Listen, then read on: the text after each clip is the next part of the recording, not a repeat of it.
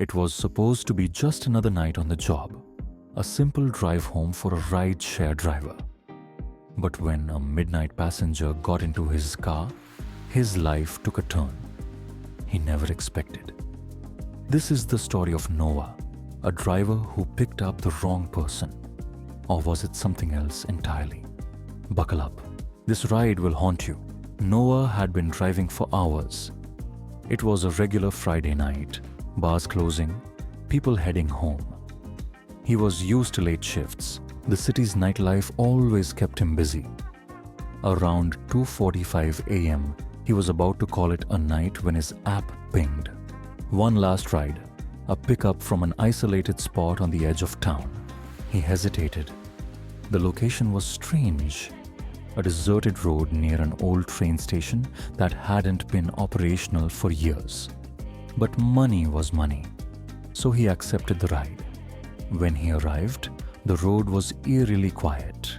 No houses, no lights, just his car's headlights cutting through the darkness.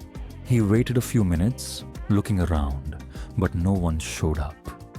Just as he was about to cancel the ride, he saw a figure emerge from the shadows. A tall man in a dark coat walked slowly toward the car. Noah rolled down the window slightly. "You called a ride?" he asked. The man nodded without saying a word and got into the back seat. From the moment the man entered the car, Noah felt uneasy. There was something off about him. He was quiet, too quiet. No small talk, no greetings, just silence. Noah glanced at him in the rearview mirror. The man was staring out the window, his face partially hidden under a hood. Noah broke the silence. "Long night, huh?" he asked, trying to ease the tension. The man didn't respond. Instead, he pulled out his phone and started typing something. Noah shrugged it off. Some passengers preferred not to talk. As they drove, Noah noticed something strange. The route on the app didn't make sense. It kept leading them farther away from the city, deeper into rural roads. "Hey, just to confirm, this is the right address, yeah?" Noah asked, his voice tinged with nervousness. The man finally spoke, his voice low and gravelly. "Just keep driving." Noah felt a chill run down his spine. Something wasn't right, but he kept going. He told himself it was just another ride. He dropped the guy off and head home, but deep down, he couldn't shake the feeling that he was being watched, not by the man, but by something else entirely. 20 minutes into the ride, they were in the middle of nowhere. The app lost GPS signal, and the road ahead was barely visible. Noah's unease grew. "I think we might have taken a wrong turn," he said, slowing down. The man leaned forward slightly and said, "No, this is the way."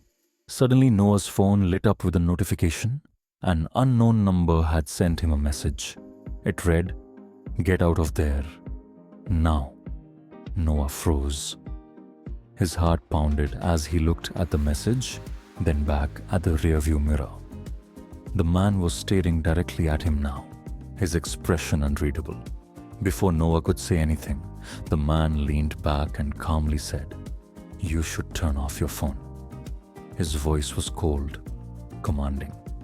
Noah's instincts screamed at him to stop the car and run, but he didn't. He couldn't. Out of nowhere, the car jolted. Noah slammed on the brakes, his eyes darting to the road ahead. But there was nothing. No animal, no debris, just the empty road. The man in the back seat didn't react at all. He simply said, "Keep driving." Noah couldn't take it anymore. He pulled the car over and turned to the man. "Look, I don't know what's going on, but I'm ending this ride here," he said firmly. The man didn't argue.